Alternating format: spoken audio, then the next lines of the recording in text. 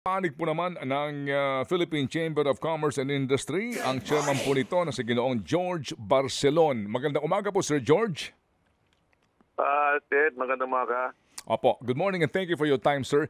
Ang sabi po ng Wage Board, no, magkakaroon na ng review per instruction of the President for NCR dito po sa kasalukuyang 645 pesos na just recently implemented on July 17 na minimum wage in Metro Manila. Sa ngayon ho ba meron ng imbitasyon ang inyo pong grupo para po sa sinasabing panibagong round of consultation? Yung bagay sa increase ng sahod, alam mo, last year, 1 year, exacto 1 year, yung May 1 na 2024, si President BBM nakimbita ng mga trade union, nagrepresent ng labor sector at saka mga management, no? At saka mga legislators Malacanang. Malinaw ang sinabi ni President BBM na tungkol sa pag-adjust ng sahod, meron naman tayong tripartite na mechanism. Na pakaralan kung anong dapat nang gawin, kung ganun kataas. Hindi naman pwedeng lahat-lahat across the board. Matagal na yung legislated wage increase, hindi naman talagang advantageous kasi small percentage will benefit. Sa ngayon, buti nga, ang inflation na dito sa bansa, I have to commend the government. No? Okay naman ang na-control nila. Medyo mga below 3%. Dito sa isang item na bigas, meron tayong programa ng gobyerno to give rice fairly reasonable. At saka napansin din natin itong linggo nito, last couple of weeks, bumaba ang presyo ng crudo. So all of these are showing that there is no reason why na to increase this salary minimum wage na malaki. Ang pakita natin, yung mga bilihin within the projection of the government inflation. So yun ang isang bagay na nakakatulong sa programa ni Presidente na trabaho para sa bayan. Yung trabaho para sa bayan, 2023 pa yon. Binanggit ni President during the Malacanang meeting. Sabi na importante sa atin to create more jobs. So we hope that mga legislator, that they will see they will have a basis na rational anong dapat ang adjustment. Kasi last 2 years, 2 beses na adjustment natin. Opo. We understand po ang inyong stand nga dito sa proposed legislated across the board wage increase. No? That's very, very clear. Meantime, ang sabi po ng Labor Department Chief mismo, sabi ho ni Secretary Laguersma, subject din ito sa instruction ni Presidente, ang NCR Wage Board will start deliberation on the possibility of another round of increase based on consultation ng Wage Board. So kayo po ba Yes. Opo, dito po sa gantong puntong ito. Una, kayo ba'y kinonsulta na at kayo ho ba ngayon pa lang meron nang naiisip na posibilidad kung magkano man ang maaaring idagdag sa minimum wage for NCR?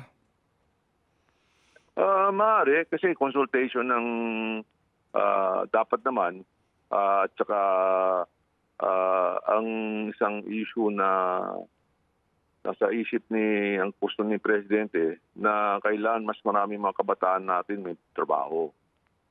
Kung i-increase mo dyan, sa ekonomiya, marami tayong mga micro at saka mga small business establishment. The increase is talagang inflationary. Kung mayroong mga increase sa produkto, tatamaan yung consumer. Okay, so I agree naman na yung sinabi mo, the President has given instruction. And as private sector, we're open naman for discussion.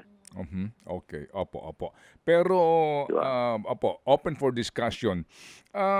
Kung sakali lang po, open din naman kayo sa pagkakaroon ng panibagong round of increase, meaning dagdag, because the last time na idinagdag is 35 pesos daily for minimum wage earners.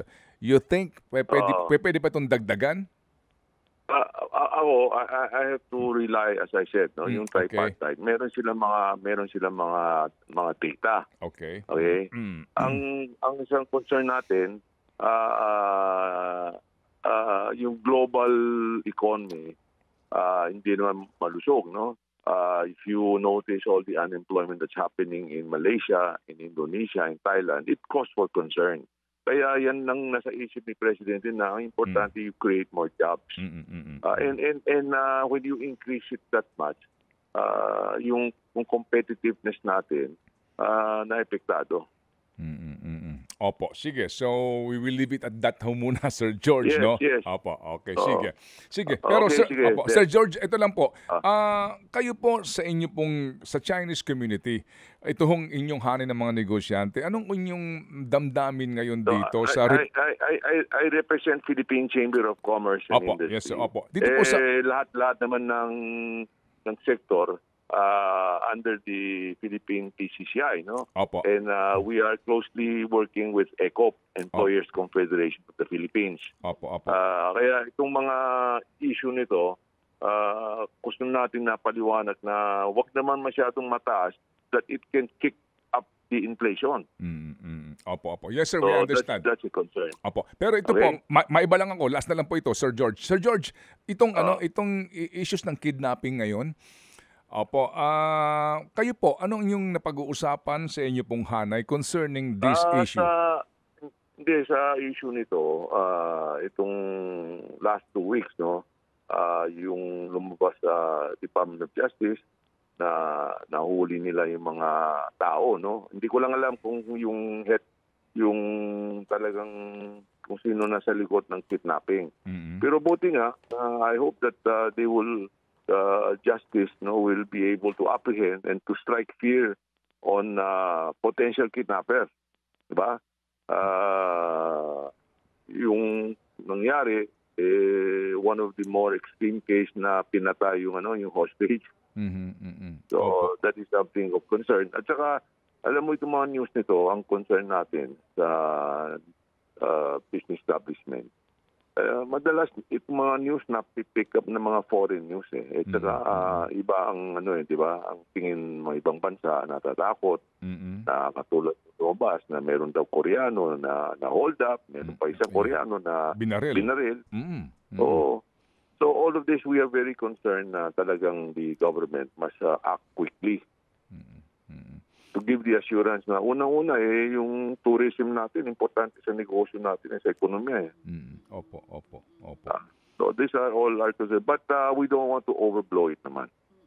Okay, pero meron ba kayong chance to talk to the President? Meron ba kayo schedule today o kailanman para po ma-discuss ito? Well, actually, itong taon, wala yung meeting na katulad last year, no?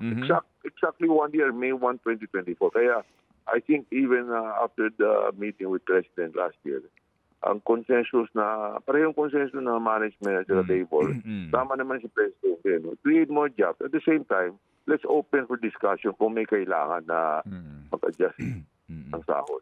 Opo, hindi lang po sa sahod. Okay. Ito pong issue ng kidnapping, sir, no? Para mismong... yung kidnapping, meron ako nakasama ko dyan sa yung meeting kay Secretary of Justice, si Boying Remulla. Okay. And I can see the PNP chief is on top of this issue. And let's give our full trust to them. Opo. Para maayos yung mga okay. mga kaso. Opo. Salamat, Sir George. Salamat po na marami. Sige, Thank you. Okay, Ted. Opo. Okay, maraming salamat po. Thank you. Mabuhay. Thank you. Si Sir George Barcelon, ang siya po namang kasalukuyang chairman ng Philippine Chamber of Commerce and Industry.